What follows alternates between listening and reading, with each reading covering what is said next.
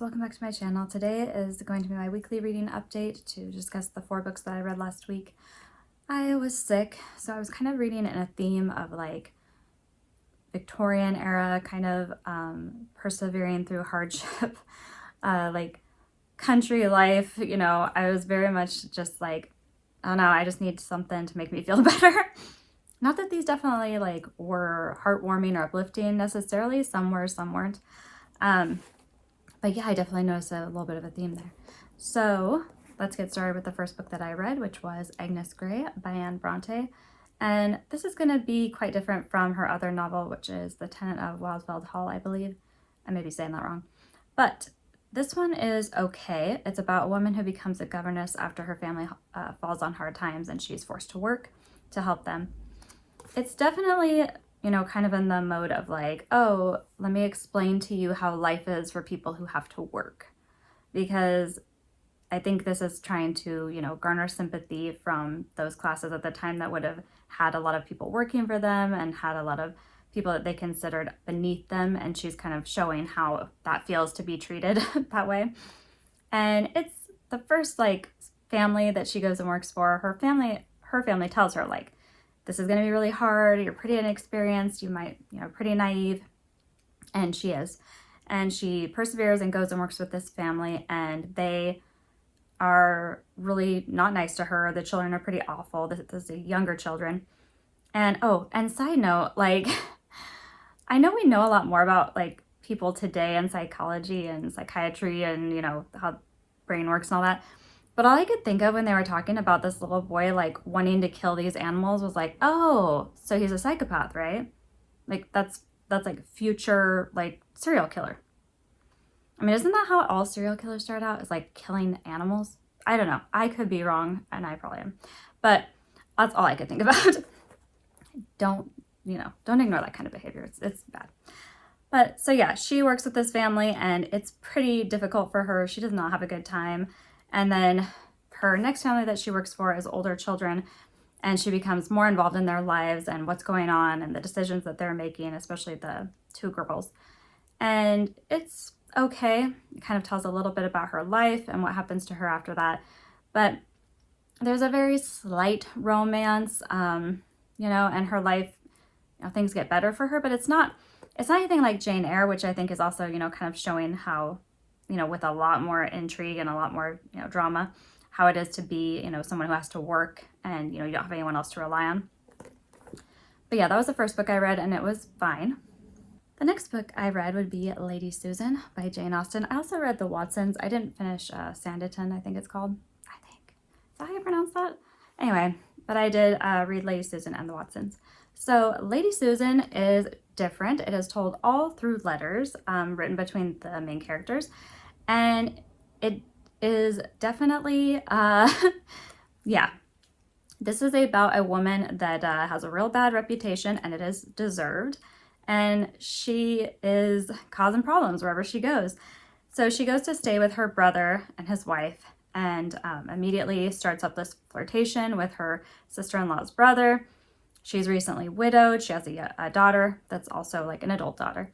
But it's so interesting because she's so awful and unlikable and so unlike any other Jane Austen character. I mean, she is the main character, but you hate her. And I feel like it was really well written because she's just like the type of villain that you want to hate. And she doesn't care what other people think, but she manipulates everyone around her and tries to get all the men around her to, you know, kind of fall in love with her for reasons of her own. But also you kind of admire the fact that she just doesn't care.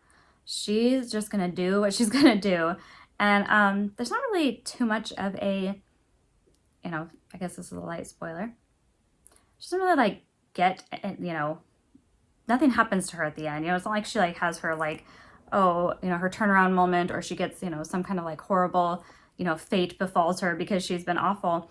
It's kind of showing that like beautiful people, you know, who they get away with a lot, you know. It's interesting how she's treated versus how if she hadn't been this beautiful, you know, very smart, scheming person, she probably would have been in a lot more trouble. But, you know, she gets away with a lot, and it's kind of a, it's kind of a train wreck and I love it. I mean, I think definitely read it. It's good. Oh, it's not over there. I don't know why I was looking. But the next book I read would be Cranford by Elizabeth Gaskell. And I have read North and South. I'm not sure if I ever talked about it on here. It was fine.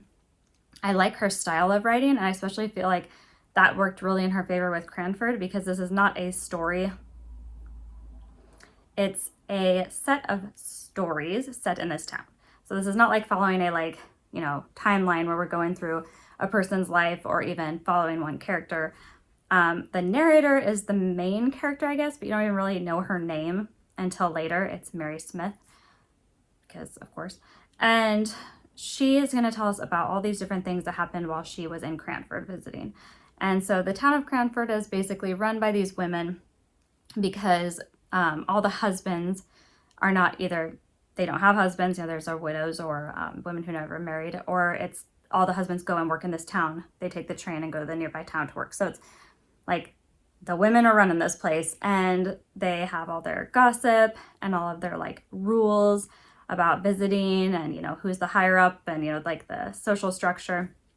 And so the narrator tells us about all these different events that happen. And she mainly follows one person that she's staying with, which is Maddie Jenkins. So about Maddie Jenkins, her sister and brother, and, her life story. So that's Cranford, and it's interesting. One of the big deals that happens is there's a guy who comes to live in the town with his two daughters, and it's a big deal because it's very much, like I said, a woman-centered society. And so that causes a big stir, and then how he becomes really popular with the women because he's so kind and helpful and gentlemanly, and then what happens with him and his daughters. There's a few other stories, obviously, that are interesting, but it's definitely more of just a slice of life of small town, small English town with these women. English town? Yeah, English town. With these women kind of just in their social circle and how, these little things affect their lives and how they're all interacting. And I will say it's, I kind of walked away with it what was that really about? What was that really, I like it because I think the writing was good and interesting, but I don't know that it had a really strong, memorable story. But overall, I would say it's definitely worth reading. If you like her style of writing and you like North and South, you'd probably like it. So the last book I read was Pollyanna by Eleanor H. Porter. And this one was good. It's about a little girl whose parents die. Her father was a missionary, so he was in, I want to say, India. Maybe. So anyway, he was a missionary, and she goes to live with her rich aunt after being very, very poor. And then how her aunt, who is a pretty bitter, unlikable character that has had a lot of disappointments in her life, but she has a ton of money. She's just not happy. She doesn't have anyone who's really around her loving her. So she's very, keeps a very a lot of distance between her and her niece when she first comes. So they're thrown together, and Pollyanna, goes to this place and then teaches this whole town about how to be glad about things. Playing the game that she talks about where, you find something to be glad about in basically any circumstance. So it's a really sweet book, definitely geared, I think, a little bit more towards a younger audience, lots of life lessons. And I think the one that stuck out to me the most was her relationship with an orphan who she tries to then help and find a home for. And she goes to the women of the town who are the ladies' aid who's supposed to help people, and basically is told, in not so many words, that they'd rather send their money to faraway places and, send their mission money there than to help a child in their own community. And, take from that what you will. But it was definitely an interesting book, and I think well written. It had a lot of, sweet moments and stuff. I will say the one main thing that they really changed from the book versus the movie, if you've seen the movie adaptation, it's much more dramatic, especially her small spoiler, her accident. I can hear my children. Her accident at the end happens completely differently in the book than in the movie. In the book, it's just a car accident. She gets hit by a car. But if you've seen the movie, it's she's supposed to go be like part of the American flag at this like bizarre thing that's happening. Like it's like a festival in the town that she's helping put on, and then she's supposed to sing America the Beautiful, which she does, and then she comes back and like to get back in her room because she snuck out, she climbs the tree and falls down, and that's how she gets hurt. I don't know why they did this like elaborate dramatic moment of her getting injured. I'm not sure if that made it better or worse, but the characters are a bit different. I especially feel like the character of Nancy from the book versus the movie was quite different. She is very much on board with Pollyanna, like loves her in the book. She's like one of her first really good friends who just takes her under her wing and really cares about her because she knows her aunt is very distant. The aunt also makes a good point of, you know, showing how people constantly talking about they're doing things because it's their duty versus doing things because, you know, they actually care or out of love. The aunt is, you know, always claiming that she wouldn't, you know, she knows what's right. She's, you know, a good person. She would, you know, she knows what is her duty by her, you know, to do by her niece. But then it's like, okay, but you're not happy about it, are you? And Pollyanna basically points this out. But I think it's good. I definitely would recommend it if you kind of in, I would say it's reminds me a little bit of the, you know, Heidi, Pollyanna, and Anne of Green Gables in a way, Little Princess, Secret Garden. It's definitely like, I would lump it all in with that. Like, a young girl who's like really, you know, got this like good character, is very like interesting. She's very sweet. She's very outgoing. People are really drawn to her. So I would say it's kind of like all those. And, but it's a good read. So those are all the books that I read this week. I was definitely a little bit off my game with being sick and my children being sick, but hopefully next week will go better. And then I finished Business Proposal, which is the K-drama that I was watching. It's really good. I definitely recommend. I feel like there's good and bad things about it, but I think that they pretty much kept the story pacing pretty quick. It wasn't too long, and the acting is good.